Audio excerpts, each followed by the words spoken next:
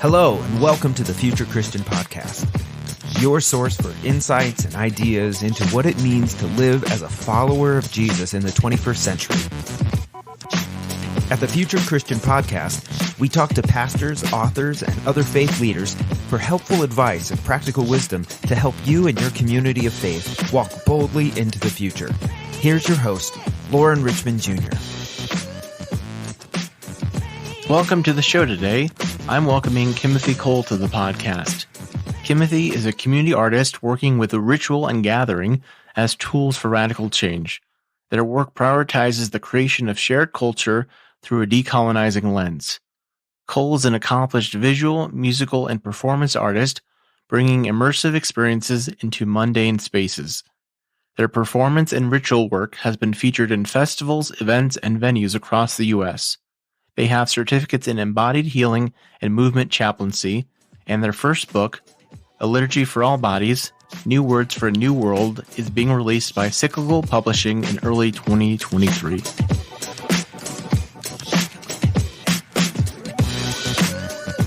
All right, welcome to the show, Kimmothy Cole. Thanks so much for being here. What else would you like our listeners to know about you? I do online classes from time to time, and so if you'd like to stay connected to me through my website or through my Patreon, you can do that and get updates about future classes or events that are happening online. Great. Well, thanks again for being here. Share, if you would, kind of about your journey of faith, what that looks like, what it looked like in the past, and what that looks like today. Yeah. So I grew up as the child of a Church of Christ preacher in the Midwest, and then later in Texas. And that's a really particular culture, church culture. And there's a lot of, particulars around how they do worship and who's included in leadership that, that shaped my faith process for a long time. And when I was in high school and really started having more friends who were not Christian and or that were queer folks that were exploring their sexuality and their gender, I started to put my own hands on my faith and ask difficult questions and go looking for answers in lots of different places, and continued to stay in the Church of Christ until I was in college. I finally left there, but really that began this process of me asking these difficult questions and going in search of God in different places. And I think there was a time in particular where maybe in my late 20s, where I just made the decision that if people said that they were experiencing God somewhere, then I was going to go and check it out if it was open to me. I mean, that's not all spaces where people encounter God are open to all people, but if they were open, I wanted to check it out and see it for myself, because it felt like the more that I explored some of those places and found the Spirit of God there and really explored different facets of the character of God, the expression of God, the existence of God.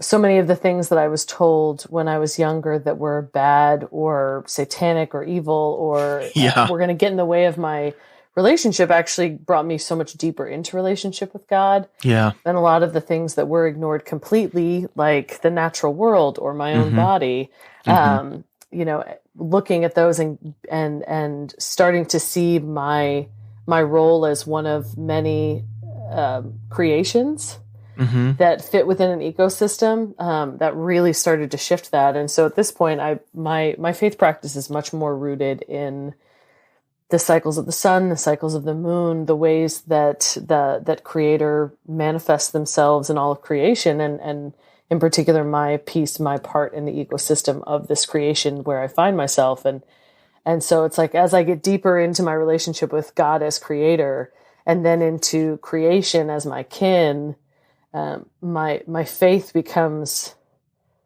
rooted in that particular framework and in that particular lens. And so everything sort of has to fit within, does this make sense in alignment with how the trees move? Does it make sense in alignment with how mushrooms grow? And if it doesn't, then there has to be, for me, there's a real challenge there around, is this really God, or is this dogma and tradition? And dogma and tradition are not inherently bad, but I think it's helpful for us to be able to separate those two out and say, these are things that we believe, but they're not necessarily things that we can say conclusively are true about the nature of God.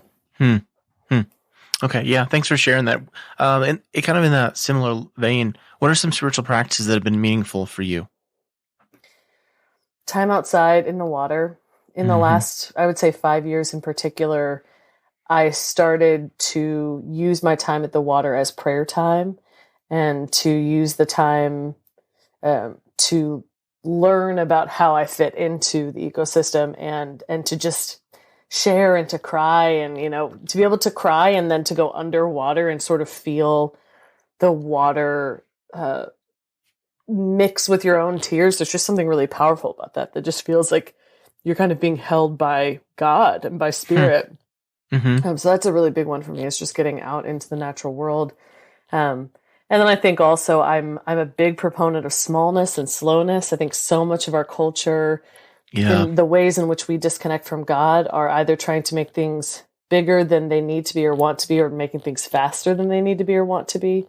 And that oftentimes when we come back to smallness and slowness, we start to find the rhythm of a rock, the rhythm of a snail. Those things can be really helpful for understanding the pieces of God that are not just sort of the image of God of, kind of snap your fingers and the whole universe appears, but actually seeing the ways in which God has taken billions of years to flesh these things out is, to me, is really meaningful. Yeah, I'm curious if I can ask you, I think something that's related. I was reading this week about whether or not the daylight savings time thing is going to be implemented, which I'm still confused about whether that's going to happen or not. And I don't even remember what it means entirely. But I was thinking about, the article was actually like against this idea of like pushing back time permanently, which, if I'm getting it right, because it's arguing like in some communities, again, it kind of depending on where the time zones fall, like sunrise wouldn't happen till like 9:30, which is pretty late, as one can imagine, in the morning to be getting up. And it, of course, talked about the potential negative side effects of lack of sun in the morning. And I was thinking about most of the arguments, it seems like every time fallback happens against the fallback is all about, people driving and more accidents and on and on and on about these negative health consequences of early sunset. And I thought, like, boy, isn't really the solution just like to not manufacture time and just to go along more with the rhythms of like nature? Yeah, exactly. I mean, there are so many ways in which our whole culture is built around us not just being with the seasons and being with the sun and being with the moon and the way that things move. And there's like, I think especially in the church growing up, there was such a disconnect around even things like, well, the moon doesn't affect us. Like, the moon affects the ocean. You think you're more powerful than the ocean? You're filled with salt water. Like, there are just these ways in which you look at how God is so intentional about building this elaborate web, this elaborate network of connectivity, and that's what makes things thrive, and it's what helps them grow and to evolve.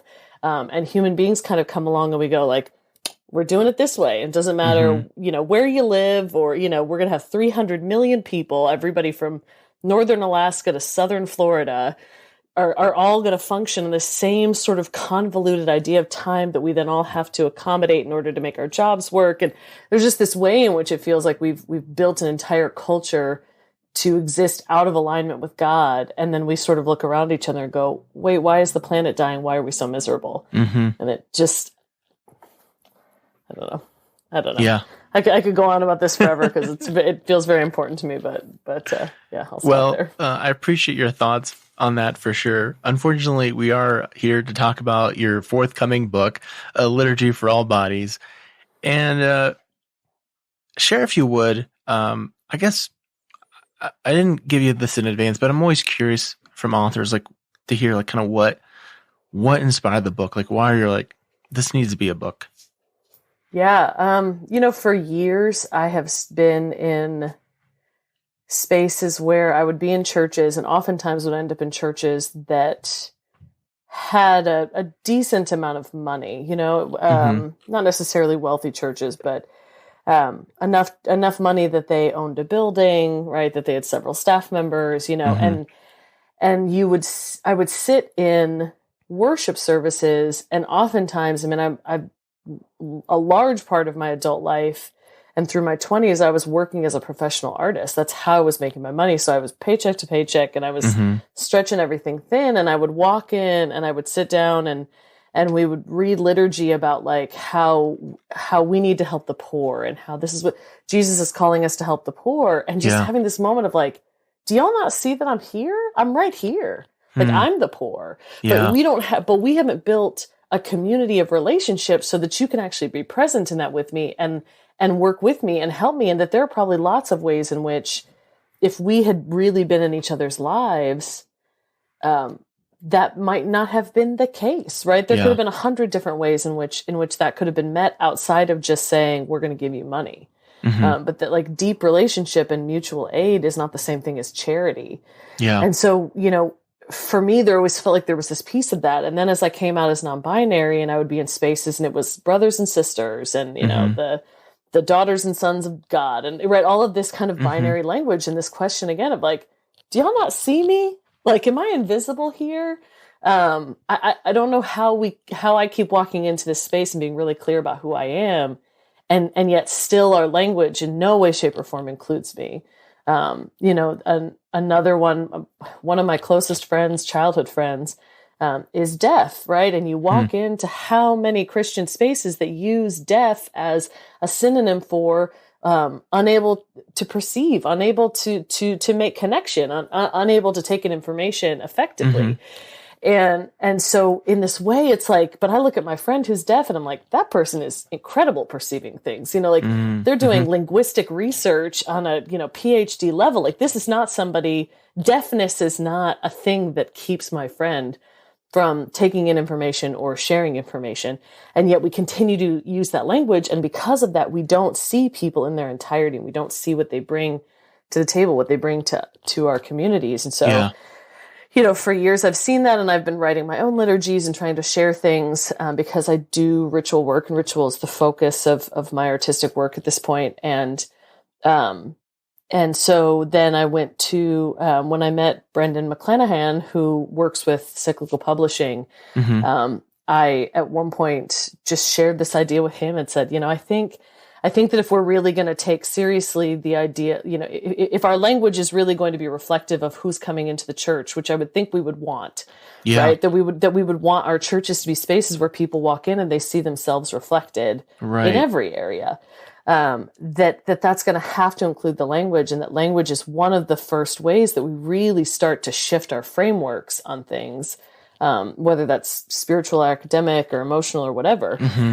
And so brought this idea to him and said, what if instead of, just being one person or another person, what if we put together a whole cohort of people who are exactly the kinds of people that are missing from these hymnals and books of liturgy that are out there, people who are, deeply embedded in spiritual practice, in theology, in community leadership, and who also have existed on the fringes of the Christian church, the institutional Christian church, for so long, for so many different reasons. I mean, just right off the bat, it's like, how many times when you're writing a book of liturgy are you going to go to people that aren't ordained?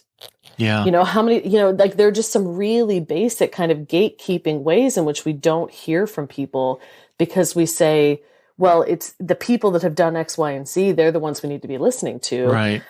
And really not even considering the fact that there are people out there that are absolutely doing incredible spiritual work and have made the choice to not do that through a traditional ordination process. And so there's this wealth of knowledge and spiritual gifting that we just don't have access to. And so really so much of this was just, I'm a big believer that 9 times out of 10, if people are not doing something that fits in their value systems, it's because they don't have the appropriate tool. And so for me, if I'm seeing consistently that people are saying we want to make this change, and yet the change is not happening on a wide scale level, I go, okay, what's the tool? What's the tool that's missing?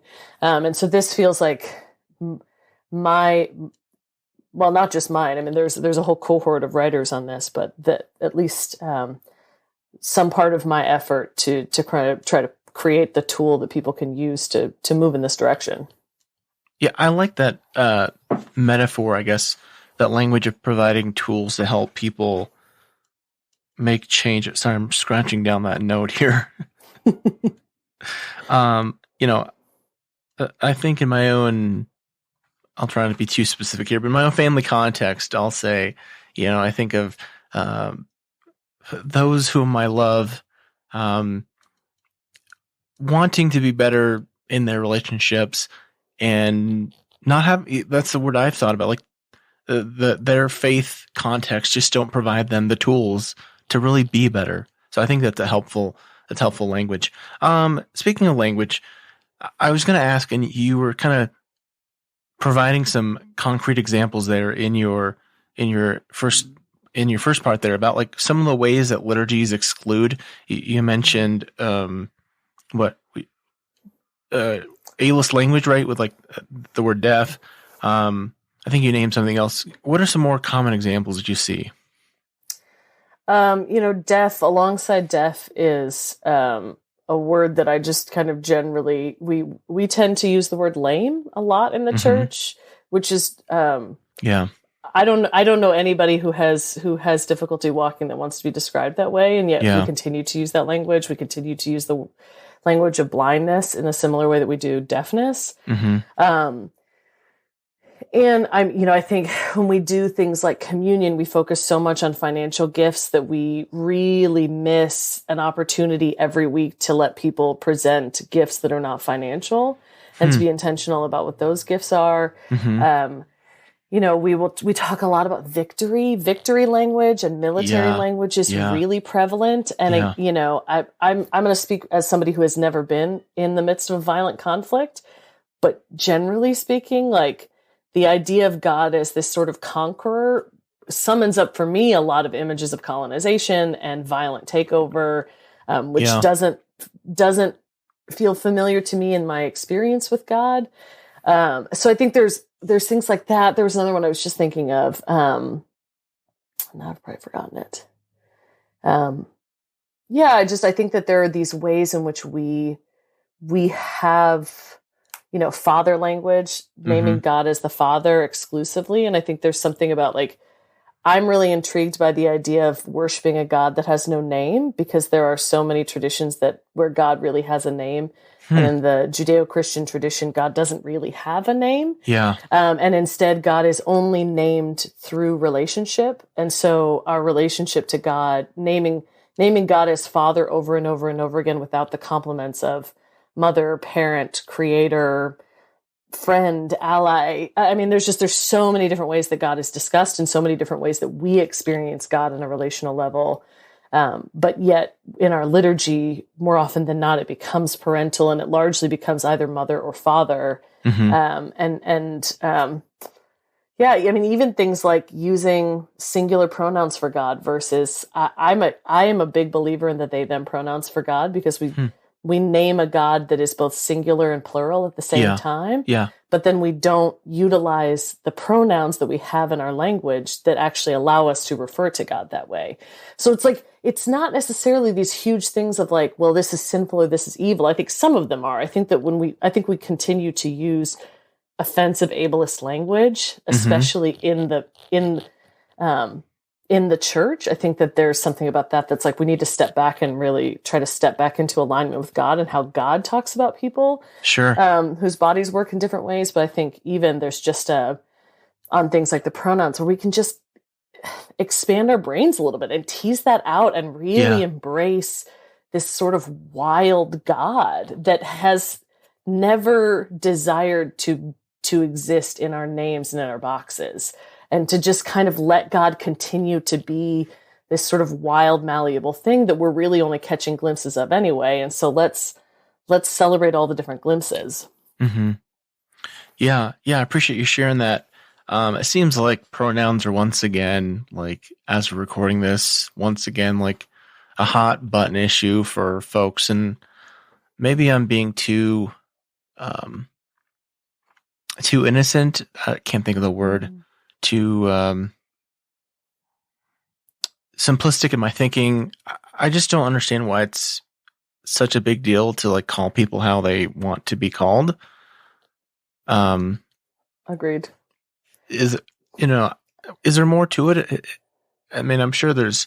What do you think? I think it's difficult. I think changing language is difficult. It's just always going to be hard to change from something, especially the longer you do it. Yeah. The longer you do it, the harder it's going to be. Right. And I'll say, like, I am a non-binary person. And before I came out, and even after I came out, I practiced on my dog because I knew that I needed practice and I didn't have anywhere else to practice. And so I just started practicing. What if I just never use gendered language or pronouns with my dog at all? And noticed how many times I was like, oh, that's interesting. Like I keep wanting to go in one direction or another. And so it's like, it does take practice. It's not a thing that you just sort of go, oh, well, now that you've explained it to me, I'll never make that mistake again. But also it's the reason why we have to practice, right? That like we can't expect our minds and our bodies to make that shift without doing the work to practice it. And so it doesn't feel like a good solution to just kind of avoid it either. Yeah. Because then it just goes on longer and longer and we kick the can down the road. That's good. I appreciate that. That's helpful. Related to this conversation, as I was preparing for this interview, I kept thinking about, and I've heard this from other conversations and other podcasts around this kind of, including all bodies topic, is the idea of church spaces and church architecture. And I can't remember where I heard this. Maybe it was on the Bible for Normal People. I think they did an interview where they talked about, they had a guest where talked about how like churches really fought against the ADA laws. I can't remember when that was, like in the 80s or 90s. So obviously that's an important part of the conversation. But they highlighted just like simple things like the stage or chancel, whatever terminology that churches or faith communities use for that kind of central area. What are some other examples of, I guess, what's your thought around this whole topic, and what are some other examples of the way you see churches exclude through architecture or spaces? Generally speaking, I'm not a big fan of we all face the same direction and someone stands in front of us. Practically, it makes a lot of sense to do it that way. But I think you always end up with kind of the people at the front, the people at the back. You end up with different kinds of distance. You end up with a dynamic where certain people that are important are sort of elevated and given the mic, and the rest of us just sort of sit here and watch and maybe copy or repeat or read some things. So like, I'm always a fan of doing it, people on three sides or people all the way in the round, and have seen churches that do that. And you do end up with like, you can't have 15 rows deep that way. Maybe you can have 4 or 5, but people are closer. Yeah, it's a more intimate gathering. Yeah, you can't focus all the attention in one direction. You have to kind of keep it moving. I think that's one. I think that even things like, how are the children's areas played out? Like we end up a lot of times with children's areas that are not accessible to kids, or, things like organs, are not necessarily architecture, but like that kind of huge instrument that makes so much noise. And that oftentimes then becomes this thing of like, well, now we've got it. We've spent all this money on it. We need to keep using it. Yeah. Yeah. But that isn't necessarily accessible. And so then finding ways of either being really clear with people that that's something that's going to be a part of things, or, doing multiple services or having quiet rooms, or there's lots of ways to kind of make these things accessible, but most of our old architecture is not trying to do that. Right. And I mean, I can understand the impulse to say, this is a historic building, XYZ. But one of the things that really comes up for me on that when I attended the Living Games conference, which is a conference for people that do live action role playing. And one of the things that they talked about really explicitly over and over and over again was the game is not more important than the players. And I think about Jesus saying explicitly, the Sabbath was made for you, not the other way around. Like this is about creating something that meets you where you're at, not about teaching you how to fit into these buildings and traditions. And so I think there just becomes this question for me of, if there's not a way to make your building accessible, is it time to really consider, is it still serving the community for you to stay in a building that can't be accessed by the people that you explicitly say you want to serve? Yeah. At what point do we sort of have the moment for, I'll take it one step further. When at one point do we start having the conversations, especially among the institutions, of the land being returned to indigenous people that it was stolen from, sometimes not even that far off from when the church acquired it in some cases. Yeah. And really saying, like, we've held on to these buildings that oftentimes sit empty all but a few hours every week. Right. And that don't serve the community that we're trying to serve, and that continue to keep land and power in the hands of the people who are not the rightful stewards of it, right? Like, there's got to be this question, I think, of whether our buildings are still serving us. And in some cases they are. I think that is true. I don't think it's just one or the other, but. Yeah. What do you think it means to create spaces where all are included then? I would say that it's impossible to create a space where all are included. And okay. I think that it's important for that to be clear, because I have in many cases had people say, oh, well, this isn't accessible because we're doing it at night and some people work at night. And then you go, yeah, but if you do it during the day, it's not accessible to those people. Or, if you decide you're going to do it in English and in Spanish, well, what happens to the refugees who speak Farsi? Yeah. Okay, so then you bring in Farsi. Okay, well, what happens? You look at a place like Austin, and there's so many languages spoken. There's so many people from so many different cultures who understand even just the concept of sacred text in really different ways. Yeah. Or that have, one person is on the autism spectrum and needs a lot of stimulus, and one person's on the autism spectrum and can't deal with overwhelming stimulus. Right. So even within the same community, you have different needs. Right. And so there's this, for me, there's less of a question of like, how do we make it accessible to all people? And like, who are the people that are specifically in our community that we're here to serve? So it's like, you've got, Austin, Texas. I just moved there to Richmond from Austin. So Austin, Texas has one of the largest deaf populations in the United States. It's like one of the top 5 concentrations of deaf and hard of hearing people. And there are so few churches that are offering ASL interpretation. Yeah. And so it's like, to me, that's a really clear example of like, we have like a specific group of people that are part of our community whose needs are not being met, versus saying like, well, there are people somewhere in the world who speak X language, and so we're going to have a whole service in that. And it's like, yeah, but is that a population that's close to you, right? Like what is the reason why you feel like you want to connect in these specific ways? Yeah. And so I think and part of that for me also feels like it's easy to sort of say like, here's the solutions and here's how we do this, but really it's all relationships. And it's a constant process. As soon as you find something that works, someone new is going to walk in that building, and there might be some small tweak that needs to happen, right? This is a constantly evolving thing, even within our own bodies. What I need today is not the same thing I needed 10 years ago. Yeah. And if I was part of the same community, I would have different needs from them. And so I think it's much more about how do we meet who is in our community, who wants to be in this community, who wants to build this community, and then how do we create for those folks? Yeah, I think that's a really helpful guideline,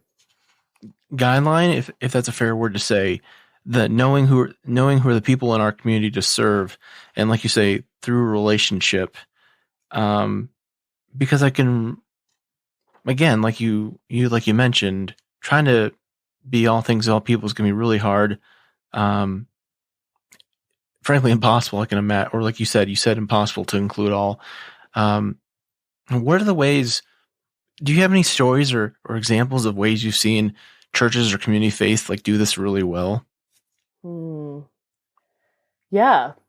I think about the Open Table in Kansas City, who I've visited a few times. And, there's things like they meet on the ground floor, which, is pretty typical for a church, but means that you don't have people trying to navigate elevators and stairs getting up and down. And they have space that's set aside for the kids to play. And so the kids can have their space to express the way that they need to. And then there's food, but there's both the food that they make that oftentimes there's different options for gluten-free or vegan or vegetarian, but there's also space for people to bring their own food. And so you get this kind of potluck and you can eat off of those things, or,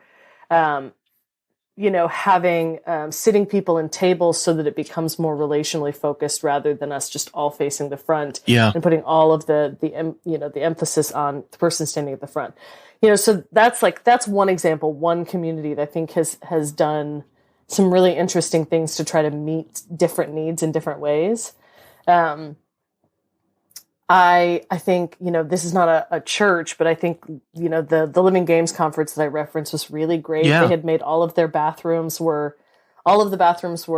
gender neutral. And so there wasn't some of those difficulties. There was a lot of culture in that community around how do we have indicators so that if there's an issue, we have a quick way of addressing them and we have a clear vocabulary for how we want to do that. I think of, there are churches that are doing really amazing things. I think especially in queer and refugee communities where they're bringing in multiple languages in the same service, which is really incredible. Or where there's a Sunday morning service that maybe is specifically Christian, but then a large part of what they do through the week includes people that don't necessarily share the same theological or faith practice, but are just as involved in the community. And so you even see people that are sort of saying they're almost embracing a kind of like philosophical Christianity rather than a spiritual or divine Christianity. So I think there have been some really interesting, and I'm trying to think of others, but I think there are lots of churches that I see. There's one church in San Antonio that is about to turn this empty plot of land across from their church into a neighborhood park, where they have a food truck parked there and they're going to do events. And they're going to specifically use that outdoor space as a way of connecting to the community on the community's terms rather than trying to get them to come inside of the church building. Right. So I think there are lots of churches that are being really creative with how they want to connect and really rethinking their spaces and how much of what they're doing really needs to happen in a specific space. Yeah, I appreciate those examples. If I'm hearing it right, I'm really hearing like an ethos. Again, going back to what you said around what are the needs in our community? How can we meet those needs? Both, I can imagine, within our quote unquote church community and then outside the walls of our, within our geographical community, right? Yeah. And I think that geographic piece feels really important to me. And it's something that I've been playing with in the last few years, specifically because as our cities get bigger and bigger and bigger and bigger, it's easy for us to kind of create communities that are spread really thin across a city. Yeah. And I think that there's a way in which that makes it really difficult for us to just dig in and be present with each other. Because if it's a 30-minute drive from my house to your house, and it's 5:00 and I just picked my kids up, it's unlikely that we are going to be doing dinner together on a regular basis. But, I grew up, we lived in parish houses some of the time that I was growing up. And it's like, you just walk across the street, you have people that are close by, everybody's within a couple miles of each other in a smaller town setting. And you can see the ways in which that just, that really amplifies and it grows and it spreads, and you can have more community events that aren't even necessarily just about bringing people in to be a part of the church, but just being present, having fun because your people live there. I'm not going to remember the name of the church now, but I think about the Michael Mathers book, Having Nothing, Possessing Everything. And they talk a lot about how they do really kind of hyper local focused work and how that has grown their relationships and grown the community. Yeah, that's good. Thanks for sharing that. Two more questions I want to ask you here. One is like, what kind of advice would you give for a pastor or church leader trying to navigate these conversations, which again, I can imagine can be difficult in some context where it's like, hey, we need to, we should change the language we use around God. We should use a more inclusive language. We should consider like accessibility and investing some money there. What kind of advice do you have for pastors and church leaders there? I would say don't start there. Start with being in a regular practice of death and resurrection with your church so that we are constantly, repeatedly over and over and over again, getting this message that a thing existing and being beautiful doesn't mean it never dies. Yeah. And that just because something was beautiful 10 years ago doesn't mean that it still needs to be alive. Yeah. And if we can start to practice this idea that we are not meant to be permanent, our systems are not meant to be permanent, our ideas, our aesthetics, our traditions, these are not permanent. None of us are practicing the exact traditions that our ancestors of, 500 years ago, 1,000 years ago are practicing because we're in different contexts. We're coming from different places. We have different fabrics that we can use in the clothing, right? Like all of these things have shifted and changed. And so even in places where you have a really strong folk art, folk process to pass things on, things are malleable. They have to be alive because again, it's like these rituals, these traditions are not about the tradition and the ritual, us serving that. It's about the other way around, us being able to meet God there. And if our language and our traditions are getting in the way of that, then we need to let those things go. We need to let those things die. But we can't just say, hey, this thing that you care deeply about that's been a central part of your faith practice for decades, we're getting rid of it because it's bad, right? Like, it's like the first step is just like, you know what? What's a thing that we can look at right now and we can let die?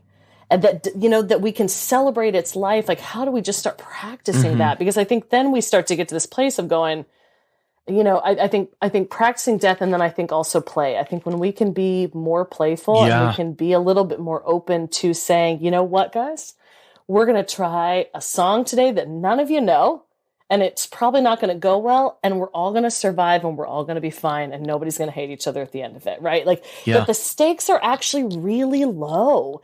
And I've experienced this working in churches. I experienced this watching my dad be a preacher in a church. The stakes sometimes, the ways that people approach it. It's like, you say something in the sermon. If the sermon's not great, then somebody's walking out the door telling you what a bad job you did. And it's like, what are we doing here?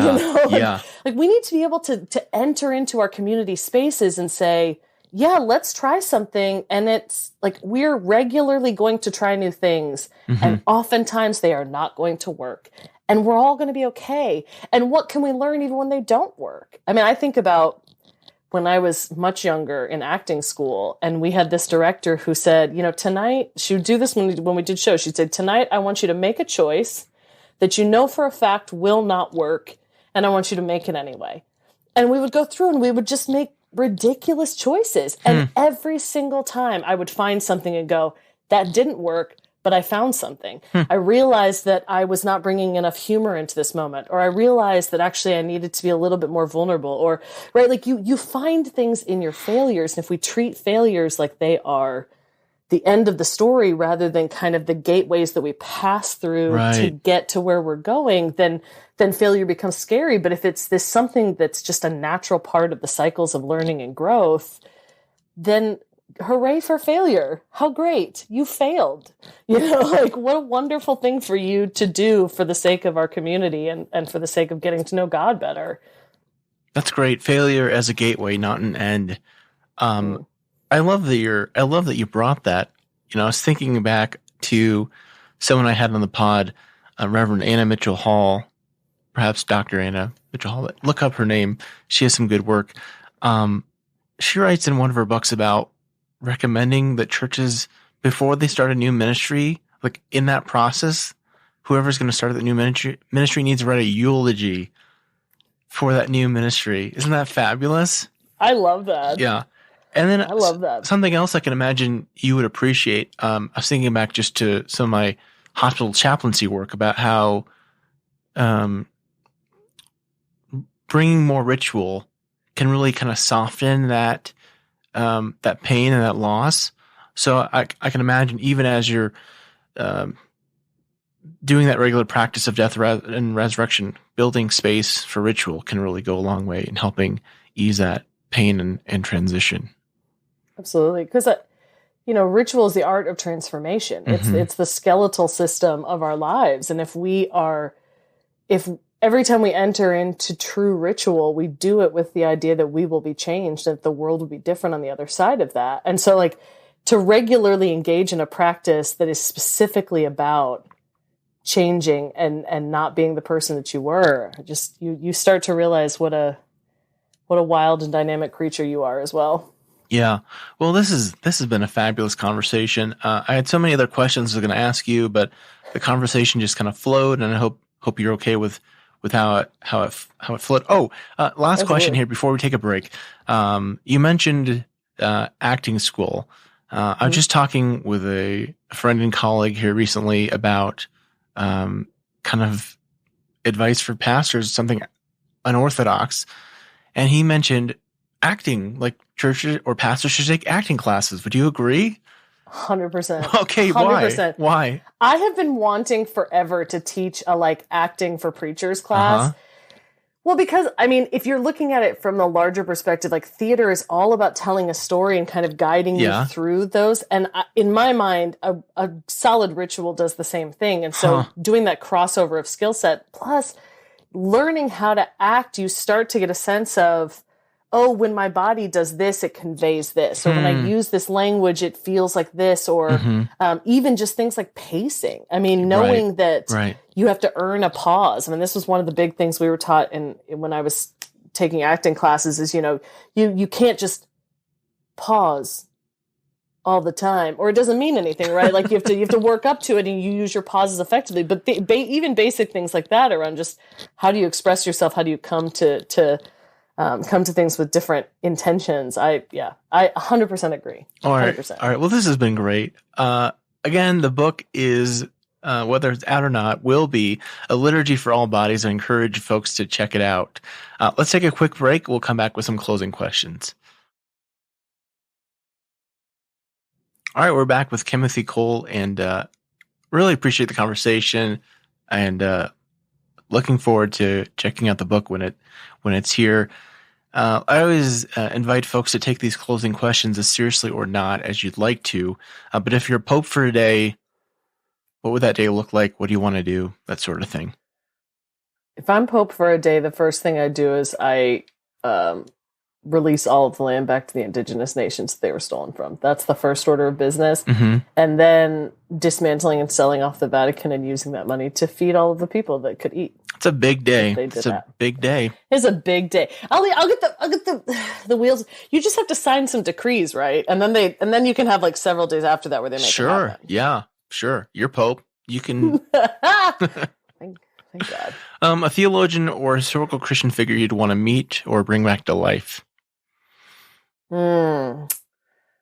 I would love to have a conversation with Laura Smith Haviland, who is one of my sort of indirect non-blood relatives that was part of the Underground Railroad and the abolitionist movement, but was also a part of the Quaker Church for a little while and really just kind of did and said some amazing things and spoke up in some ways that really cost her some things. And I would love to have a deeper connection with her.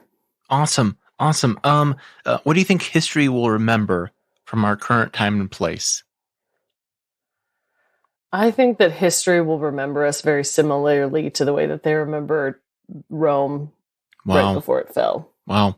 I think there's a lot of indulgence and exploitation and ultimately also a movement of people that are turning back to the earth because we don't really have a choice at this point. And I think I think those will be the big opposing forces that people will remember. Yeah. What do you hope for the future of Christianity? I hope that Christianity becomes a collective, a network rather than an institution. Interesting. I'm writing that down here. Well, share if you would, while I'm writing down my notes here, where people can connect with you and find more about you. Yeah, you can connect with me through my website, Kimmothy Cole, KIMMOTHYCOLE.com.